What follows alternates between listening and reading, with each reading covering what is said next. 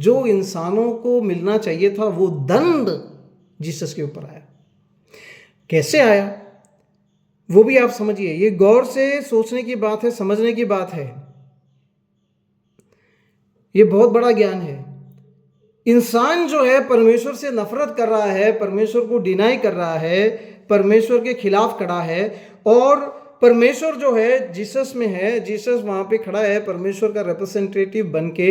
तो परमेश्वर को गुस्सा आ रहा है, और परमेश्वर इंसान के ऊपर यानी कि इजराइल के ऊपर, उस समय के इजराइल के ऊपर, उस समय के रोम के ऊपर गुस्सा कर रहा है। इसीलिए जहां भी आप परमेश्वर के गुस्से के बारे में देखोगे, परमेश्वर के क्रोध के बारे में, प्रकोप के बारे में देखोगे, वहां पे पाओगे कि धरती हिल रही है, और जो सूर्य है, चंद्र है, वो अपना प्रकाश नहीं दे रहे हैं। सितारे हैं वो पूरे मतलब अपना प्रकाश उन्होंने देना बंद कर दिया, वो पूरे के पूरे अंधकार से ढके हुए हैं।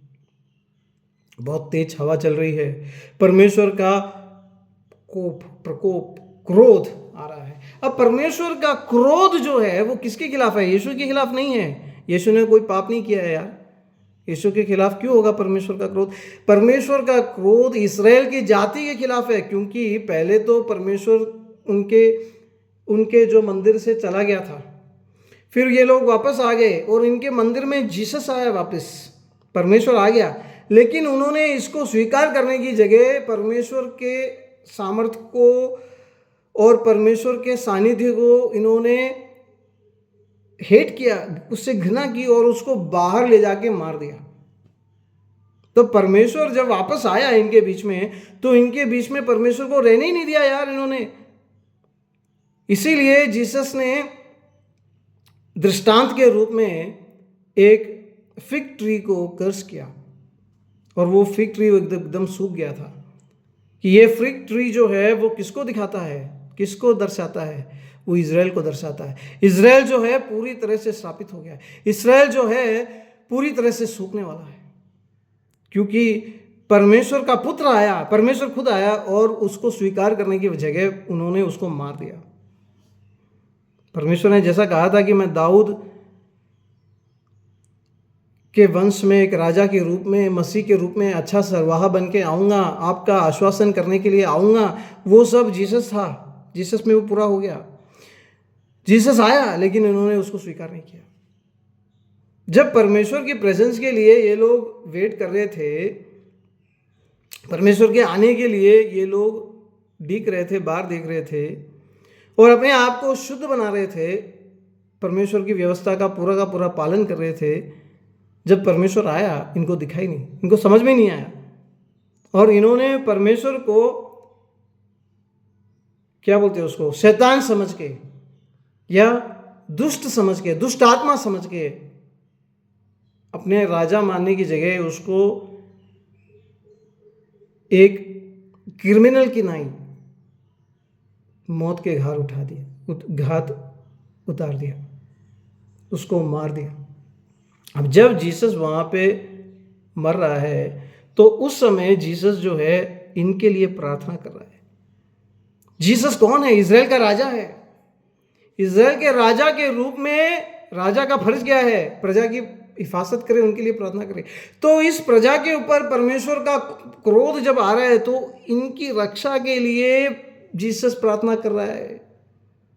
इनके लिए जीसस परमेश्वर से विनती कर रहा है, जैसे मूसा ने की थी, वैसे ही जीसस इनके लिए परमेश्वर के सामने खड़ा हो रहा है। परमेश्वर और इंसान के बीच में खड़ा हो रहा है, और परमेश्वर से कह रहा है, परमेश्वर इनको माफ कर दे। ये क्या कर रहे हैं ये नहीं जानते। जो इनको बचाने के लिए आया था, जो इनका उद्धार करता है, जो इनका राजा है, उसी को ये लोग मार रहे हैं। ये नहीं जानते ये किसको मार रहे हैं, इसलिए इनको क्षमा कर।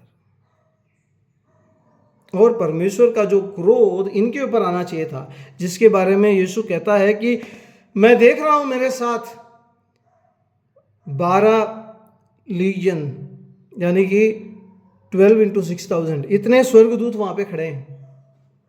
इन स्वर्गदूतों को अगर एक लीजन को भी मैं अगर बुलाऊं, एक टोली को भी अगर मैं बुलाऊं, तो पूरा का पूरा इस्राएल जो है और पूरे के पूरे वहां के जो रोम के लोग अधिकारी है, सारे के सारे भस्म हो जाएंगे।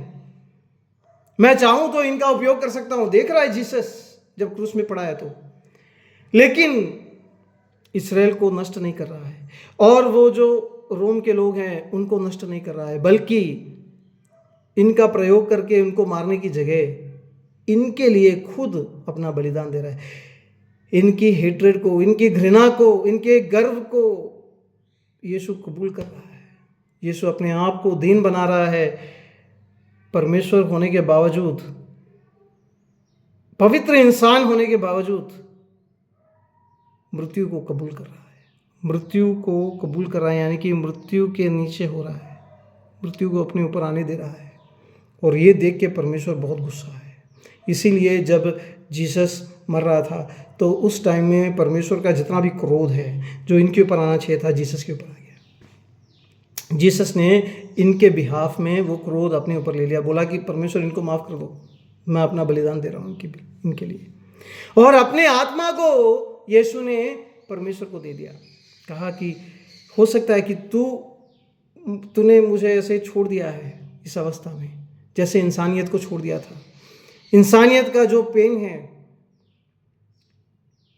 वो गार्डन में जैसे वो परमेश्वर से छूट गए थे, श्रापित हो गए थे। और इज़राइल का जो पेन है, जैसे उनको परमेश्वर ने छोड़ दिया था और वो बिखर गए थे अन्य जातियों के बीच और गुलामी में हो गए थे, वो पेन जीसस महसूस कर रहा है इज़राइल बन के, और सच्चा इंसान बन के, सच्चा मनुष्य पुत्र और सच्चा इज़राइल बन के। और मनुष्य पुत्र का मतलब क्या है? सच्चा इंसान, सही इंसान। वो सही इंसान बन के, आइडियल ह्यूमन बन के, और इज़राइल का राजा, इज़राइल का रिप्रेजेंटेटिव, यानी कि सच्चा इज़राइल बन के यीशु मसीह जो है इनके लिए वो महसूस कर रहा है। वो पीड़ा जो परमेश्वर से छूटने में होती है वो महसूस कर रहा है, क्योंकि परमेश्वर का कोप, प्रकोप, क्रोध जो इनके ऊपर आना चाहिए था वो जीसस के ऊपर आ रहा है। तो वो बोलता है उस पीड़ा में कि परमेश्वर तूने मुझे क्यों त्याग दिया, क्यों त्याग दिया? लेकिन तू अगर मुझे त्याग भी दे तो भी मैं तुझे नहीं त्यागूंगा, मैं अपनी आत्मा को तुझे दे रहा हूँ। वो विश्वास, जीसस का जो विश्वास है उस समय, उसके बारे में आप सोच के देखिए।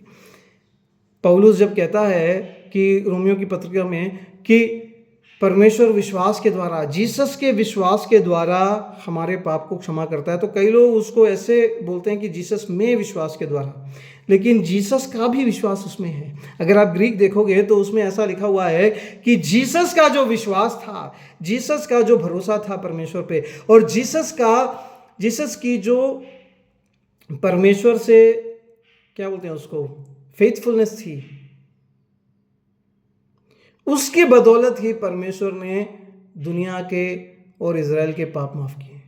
अगर जीसस हार जाता वहां पे, अगर जीसस वहां पे खड़ा नहीं होता, अगर जीसस ने पूरा भरोसा नहीं किया होता और अपने आत्मा को समर्पित नहीं किया होता, तो ये जो उद्धार है हमें किसी को भी नहीं मिलता।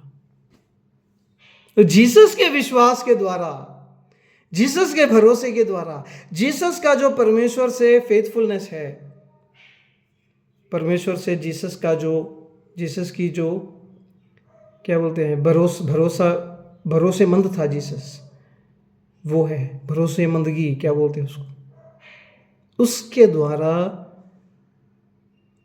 हमारा उद्धार हो रहा है। तो जीसस ने अपने आत्मा को परमेश्वर के हवाले किया, मतलब पूरी इंसानियत को परमेश्वर के हवाले किया, इंसानियत का रिप्रेजेंटेटिव बनके, पूरे इज़राइल को परमेश्वर के हवाले किया, इज़राइल का रिप्रेजेंटेटिव बनके। और जीसस कौन है? जीसस खुद परमेश्वर है। और परमेश्वर का रिप्रेजेंटेटिव बनके उसने क्या कहा? इज़राइल को कहा कि मैं आपको माफ करता हूं, इंसानियत को कहा कि मैं आपको माफ करता हूं, पिता से कहा पिता इनको माफ कर दो क्योंकि ये नहीं जानते कि ये क्या कर रहे हैं। जीसस की उस एक प्रार्थना की वजह से इज़राइल को भी, जिन्होंने व्यवस्था का पालन नहीं किया बल्कि व्यवस्था को पूरी तरह ठुकरा दिया और व्यवस्था के खिलाफ जीसस को मारा, अन्याय इतना बढ़ गया कि जिसने हत्या की थी बरब्बास, उसको छोड़ दिया, और जो बचाने के लिए आया था जीसस, उसको उसकी जगह मार दिया। जिस पाप के बारे में मूसा ने व्यवस्था में लिखा था कि इतना अन्याय बढ़ जाएगा आपके बीच में कि जो न्याय करता है वो न्याय के नाम पे अन्याय करना शुरू कर देंगे, ब्राइब लेके, क्या बोलते हैं उसको, रिश्वत लेके। उस समय परमेश्वर आपको छोड़ देगा, लेकिन उस समय के बाद परमेश्वर मेरे जैसा एक भविष्यवक्ता भेजेगा, और वो भविष्यवक्ता जो है वो आपके पापों के लिए, आपके लिए खड़ा होगा और माफ़ी दिलाएगा आपको, और परमेश्वर से जो संबंध आपका टूट गया है वो वापस बनाएगा। और उसके बाद जो है परमेश्वर, जिसने अभी आपके शरीर के अंग का खतना किया है, आपके हृदय का खतना करेगा। ये सब व्यवस्था की किताब में पहले से ही लिखा हुआ है। मूसे के बारे में आप सोच के देखो, उसको पहले से ही भविष्यवाणी उसने कर दी थी। पूरा का पूरा पुराना नियम, जो घटनाएं हुई थी वो भी, और नए नियम में जो होने वाली थी वो भी, यानी कि पूरा का पूरा पुराना नियम, नया नियम हम मूसेस की जो पहली 5 किताबें हैं उसमें पा सकते हैं। वो तोरा जो है तो वो एक, क्या बोलते हैं उसको, सीड के जैसा है। सीड बोलते हैं ना, उसके जैसा है, बीज के जैसा है। उसके अंदर सब कुछ है, वो परमेश्वर का वचन है। उसके अंदर जीसस का बलिदान भी है, जीसस कैसा होगा वो भी है, और जीसस जो करेगा उसके बदौलत क्या होगा वो भी है। नया नियम परमेश्वर इनसे करेगा वो भी है, और उसी में से ले लेके जो भविष्यवक्ता है वो बोलते हैं, उसी में से ले लेके जो सुसमाचार लिखने वाले लोग हैं वो लिखते हैं, उसी में से ले लेके यहाँ पे इफिशियंस की किताब में, इफिशियंस की पत्रिका में पौलुस, प्रेरित पौलुस लिख रहे हैं। तो जीसस जब क्रूस पे मर रहे थे तो उन्होंने परमेश्वर का प्रतिनिधित्व करते हुए इंसान को माफ कर दिया, इंसान का प्रतिनिधित्व करते हुए, और जो इजराइल है उसका प्रतिनिधित्व करते हुए इजराइल को और इंसान को परमेश्वर से जोड़ दिया, अपने आत्मा को परमेश्वर के हवाले करके। इस प्रकार जीसस कौन है? जीसस मंदिर है, मैंने कहा था। जैसे उत्पत्ति 1 में पूरा का पूरा ब्रह्मांड मंदिर है, वैसे ही यूहन्ना रचित सुसमाचार पहले अध्याय में जीसस वो मंदिर है, जो वचन है, जो अनुग्रह और सत्य से भरपूर है, और वो इंसान बनके, प्रतिमा बनके हमारे बीच में खड़ा है। और अब वो मंदिर क्या है? जीसस इंसानियत को और इजराइल को परमेश्वर से वापस मिला रहा है। जब वो व्यवस्था ठीक हो जाती है, जीसस ने कहा कि ये मेरे शरीर में नया नियम है, मेरे लहू में नया नियम है। जीसस के लहू के द्वारा परमेश्वर जो भी उसमें विश्वास करता है, चाहे वो इजराइल का हो, चाहे वो अन्य जाति का हो, उसके पाप क्षमा कर देता है। पाप क्षमा करके उसको परमेश्वर के राज्य में ले आता है और उसको परमेश्वर का मंदिर बना देता है, क्योंकि उसके अंदर अब पवित्र आत्मा की छाप पड़ेगी, और उस पवित्र आत्मा के द्वारा उसके हृदय का खतना होगा। अभी तक जो है शरीर का खतना कर रहे थे, अब हृदय का खतना होगा। वो हृदय का खतना जो है वो पवित्र आत्मा की छाप जिसके ऊपर पड़ती है उसको मिलता है। तो इसलिए जब इफिसियों की पत्रिका पौलुस लिखते हैं तो पौलुस इसके पहले भाग में ये लिख रहे हैं, हमारे प्रभु यीशु मसीह के परमेश्वर और पिता का धन्यवाद हो कि उसने हमें मसीह में स्वर्गीय स्थानों में सब प्रकार की आध्यात्मिक आशीष दी है। जब तुम मसीह में आते हो तुम्हारे सारे गुनाह माफ हो जाते हैं,